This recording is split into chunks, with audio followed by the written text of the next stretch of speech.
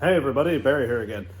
We're back with day 2 or part 2 of the 8.8 build. And what I have here is a real rusty, crusty, gross looking 9-inch. The only thing I'm after from this rear end are these housing ends.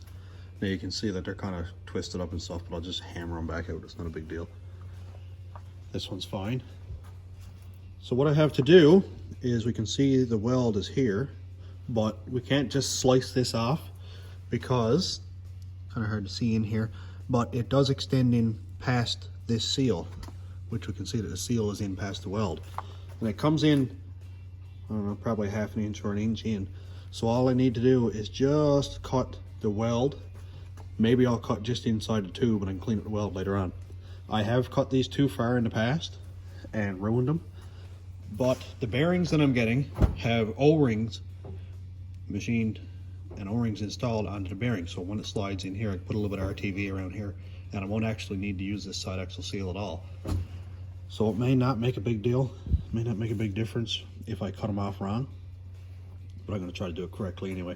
So just skin the weld in here, probably cut in 1/8 of an inch or so, and then get a hammer on the back of here and just kind of bang them out a little bit at a time on the outer sides. And I do like these leaf spring perches too. They're really thick. They don't look near as rusty as the ones that I took off the 8.8. And it seems like they're basically the same tube size and all that. But these here are really rusty. Like, you can see that there's quite the gouge taken out of this one. So there's definitely going to be a soft spot right here. So I might convince myself to cut these off also. As for the rest of the housing, it does look like the heavy duty one because it extends well out into the tube before it's welded. Usually they come down here and then they're welded like right here from the ones that I've seen. So I'm going to keep this. I'm not going to throw it away because it looks in decent shape. I don't know if the tubes are warped or not, so I probably won't use it, but I may cut this out and use the center itself in some other project. It's in relatively good shape inside. There's no real rust or anything.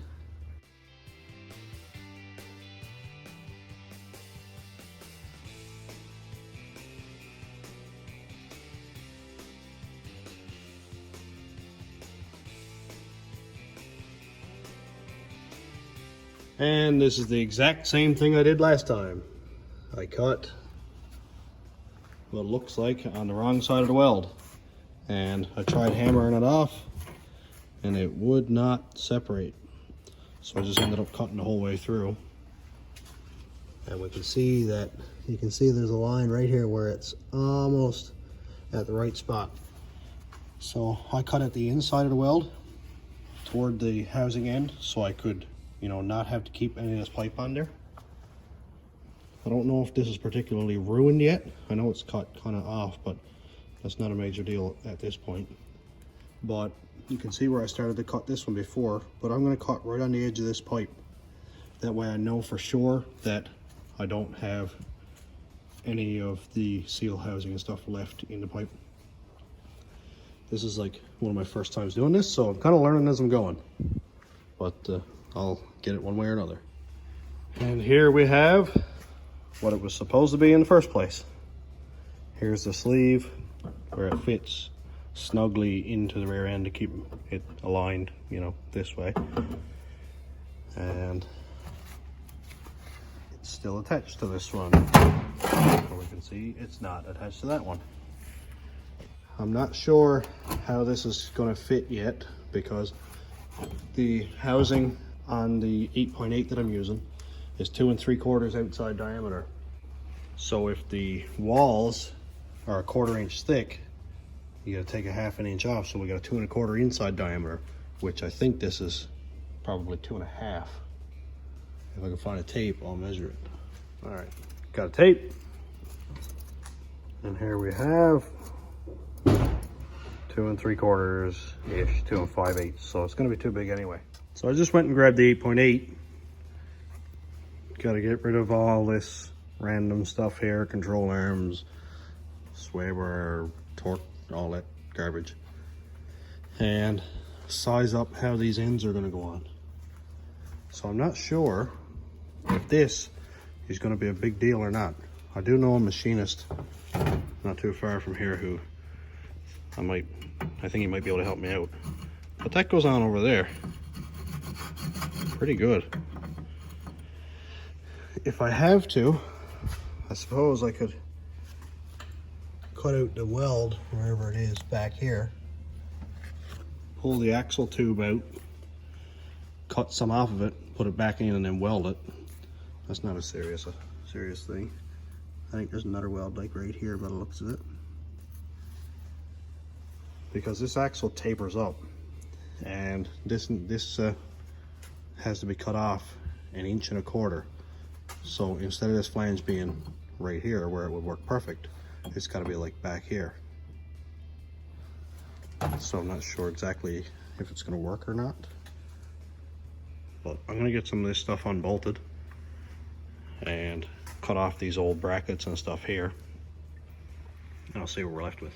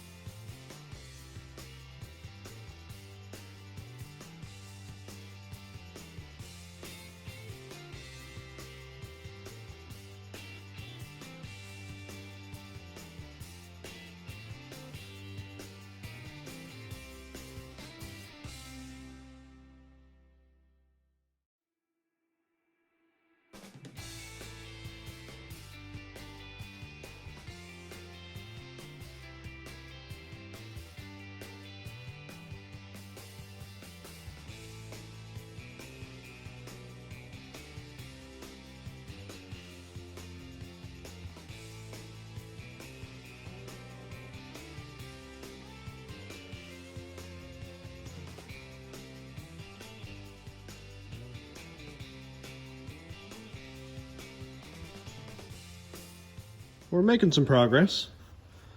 Got all these brackets cut off.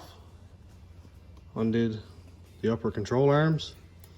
This big vibration damper thing. Took that off. I took that off because I need to get in here, clean all this up, and paint it and all that stuff.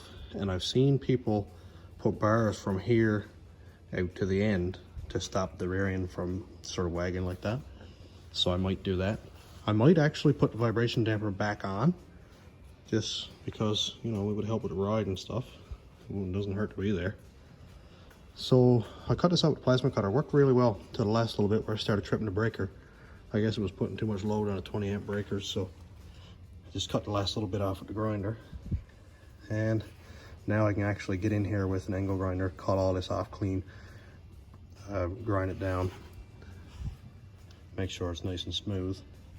And then I can start measuring where I need to cut it off around, you know, back here.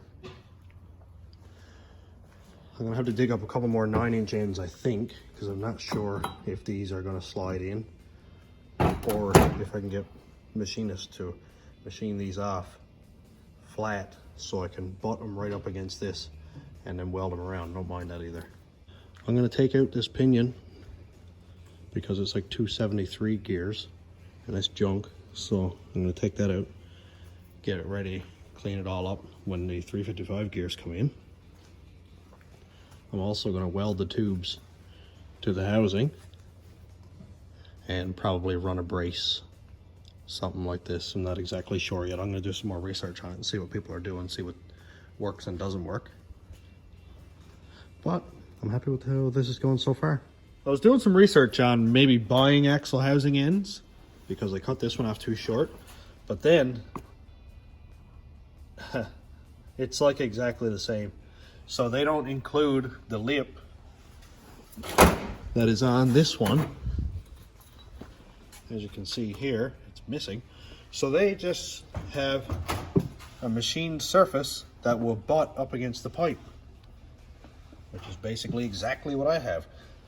So I called my machinist buddy, and he said that he can put these in the lathe, chuck them in, and machine these completely flat, because you can see that I didn't cut them off very square. and I'll just hammer out this here, make it flat like I said. And then I won't have any issue with butting it up against these here, making sure it's nice and square, you know, it's not like off like this. And then I can weld them on, no issue at all. So that's kind of a, I can let my breath out on that one. Get the wire wheel on here, clean up all this old garbage, make sure it's not rusty or flaky or gross anymore. Not really sure what I'm going to do with this. I don't really like it the way it looks, but I think it would probably look worse if I cut it off. So maybe I'll just beat the bushings out of it and leave it like it is, paint it up. I think it's going to be a pretty decent looking rear end when I'm done. What I'm going to do now is nip this flange in the vise, get a socket on here, and undo this pinion flange here. I'm going to have to keep this flange. I do have a Mustang drive shaft. I think it came out like an SN95 style. So I'll probably be using that unless there's different patterns for these axles. I don't know if there is, so I'll bring in my drive shaft just to be sure it works and stuff.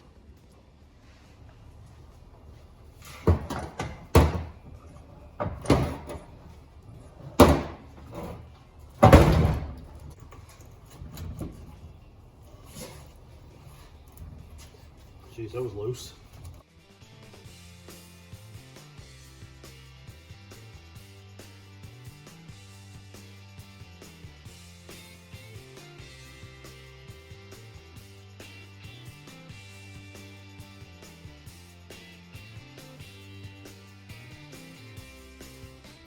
Here's our flange. See, these are nice and thick. Looks like a dust seal goes on the end of it. I'll have to replace if I can get one. And I'll also put a new pinion seal in here. I don't need these gears because that's 273s and I won't be using that. Let's get the rear cover off, see what's inside of there.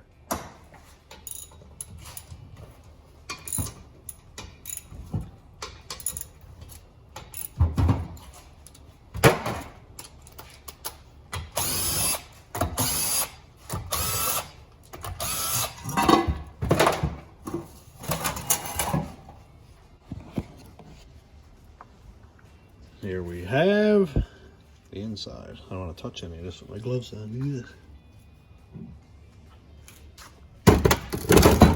That's 273 pinion. No gears in here. But we have our gear caps, so that's the main thing. We need those. I'll buy new races and differential bearings.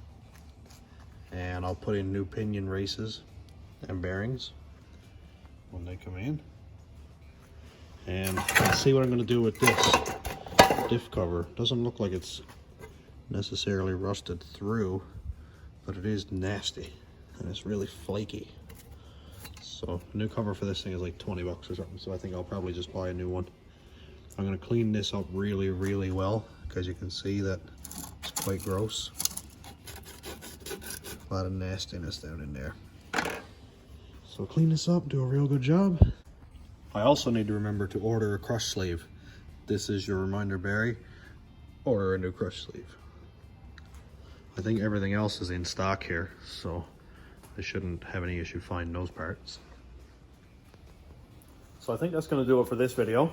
I'm trying to keep each video or each part around the 12 to 15 minute range because I don't want to try and pack too much information into a long video and it kind of drag on. So I'm going to see how this plays out. This is going to be a lengthy one because there's a lot to do, there's a lot of information, and there's a lot of work. So I think I'm going to end it on this note, and we got a lot done today. The 8.8, all the brackets are cut off.